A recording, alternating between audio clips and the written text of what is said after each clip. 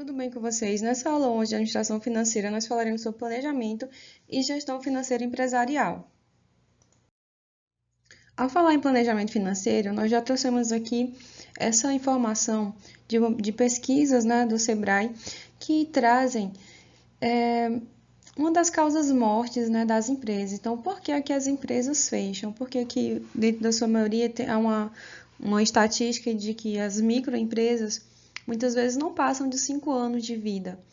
E entre esses motivos está a falta de planejamento prévio, a falta de uma gestão empresarial e uma falta de um comportamento empreendedor que vem estar seguindo essas duas. Então, o planejamento prévio do recebimento de pagamento de contas, dessa gestão das contas. Dentro desse conteúdo é o que nós iremos ver um pouco cada um de como montar esse planejamento. Então, o que é esse planejamento? Uma das etapas do processo administrativo, que vocês já estudaram. Então, ali o planejamento faz parte desse ciclo, do processo administrativo, que é o PODC. Então, a gente tem o planejamento, organização, direção e controle. E o planejamento ele determina antecipadamente quais são os objetivos a serem atingidos e como se deve fazer para alcançá-los. O planejamento figura como a primeira função administrativa, por ser aquela que serve de base para as demais funções. Então, pessoal, planejar é uma das funções do administrador. O administrador deve definir os objetivos, escolher antecipadamente o melhor curso de ação para alcançá-los.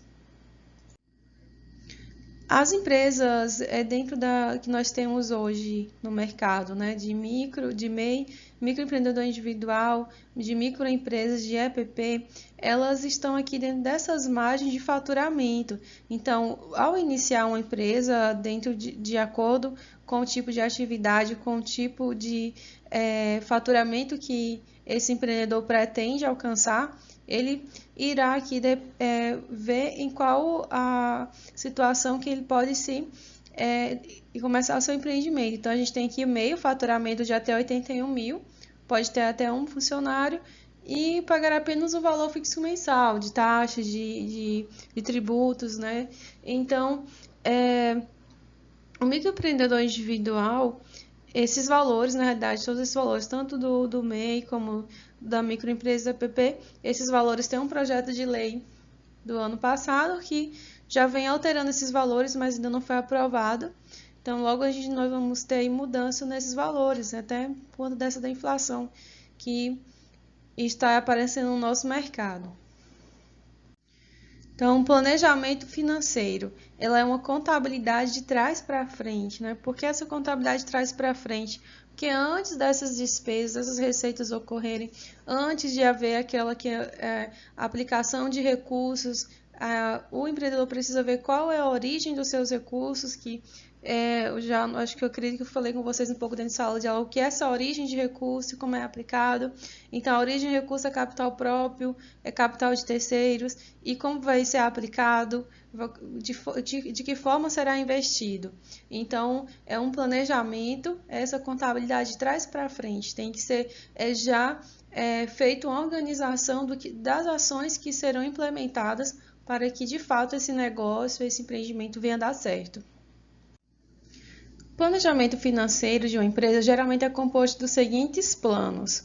Então, nós temos planejamento de vendas, projeção de dedução de venda, orçamento de custos de produção, orçamento com gastos com pessoal e orçamento de despesas operacionais e orçamento de investimentos. Então, o planejamento financeiro de uma empresa geralmente é composto. Então, nós temos aqui planejamento de vendas, projeção de dedução de vendas, orçamento de produção, orçamento custo de gasto pessoal, orçamento de despesas operacionais e orçamento de investimentos.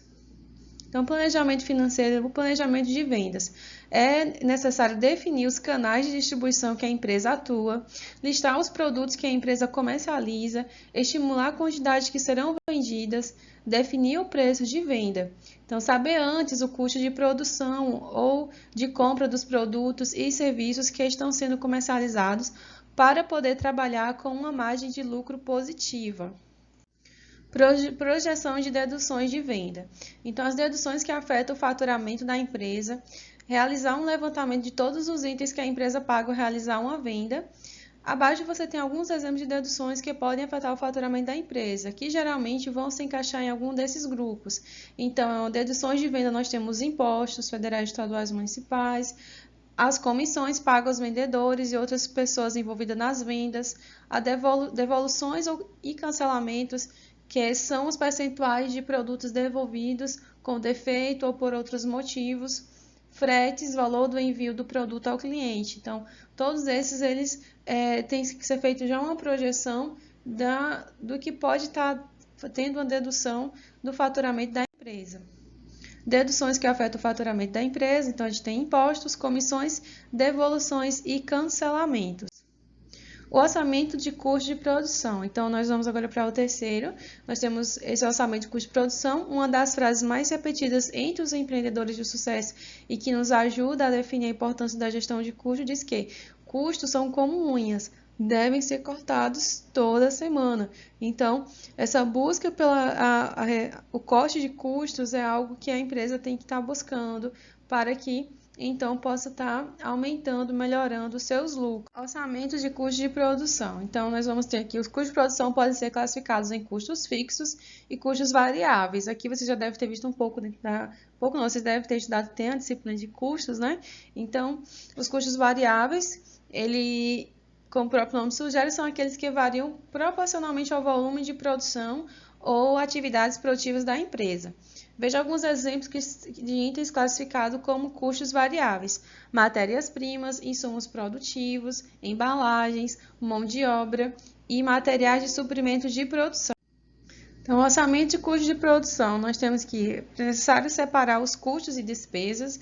Então, no momento de calcular os custos da empresa, é de extrema importância saber diferenciar os custos e o que são despesa. Então, pois isso afeta diretamente a composição da margem de contribuição dos produtos e os serviços que a empresa comercializa.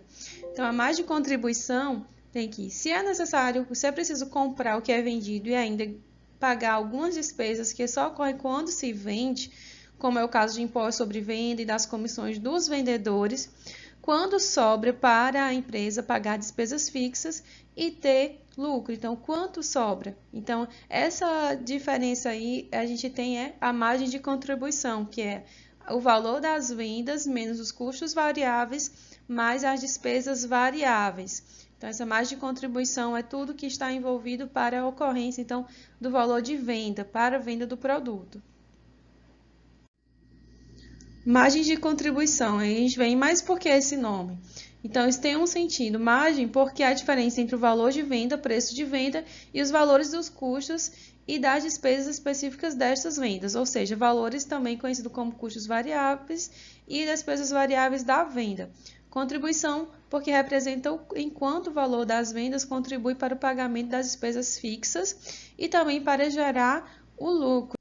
Então, continuando sobre o orçamento de custo de produção, nós temos que o valor total das vendas ou vendas brutas totais é o faturamento total, considerado as vendas à vista e as vendas a prazos, e refere-se ao volume financeiro dos negócios realizados pela empresa, ou seja, a quantidade vendida de produtos multiplicada pelos seus respectivos preços de venda. Então, é a receita de venda total, é o faturamento total sem nenhuma dedução. Então, os custos variáveis, no caso nas pequenas empresas, referem-se aos valores pagos especificamente para adquirir o que a empresa se propõe a vender aos seus clientes. Então, é o custo da mercadoria vendida.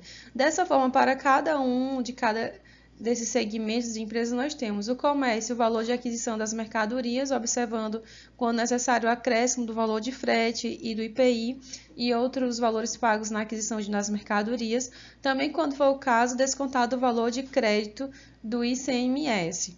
E na indústria, o valor gasto na elaboração dos produtos, como matéria-prima, insumos, embalagens e etiquetas. Continuando aqui ainda no orçamento de custo de produção, então nós vamos chegar nessa parte de separação entre custos e despesas. Então, as despesas acontecem a venda ou não vendas. Então, daí a gente tem essa classificação. Ou seja, independente do volume de vendas da empresa no período, a empresa continuará tendo essas despesas operacionais, como no caso o aluguel e salários do pessoal administrativo.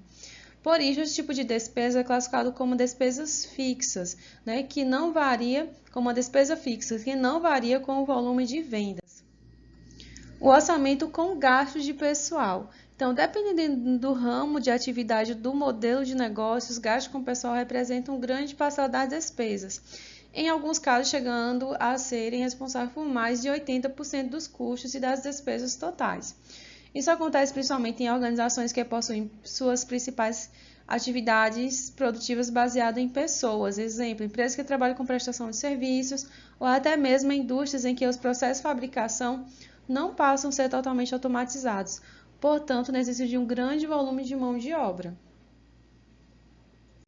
Orçamento de gasto com pessoal. Então, pode-se classificar os gastos com mão de obra basicamente em salários, remuneração direta paga ao funcionário pelo trabalho realizado. Estes gastos podem ser classificados ainda em salários fixos ou salários variáveis.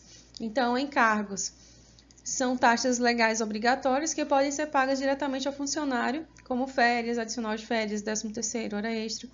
Então, todos esses encargos trabalhistas, ele entram como parte dos gastos com mão de obra. Então, salário mais encargos. O orçamento de despesas operacionais. Como elaborar o orçamento de despesas operacionais e gastos administrativos para a sua empresa?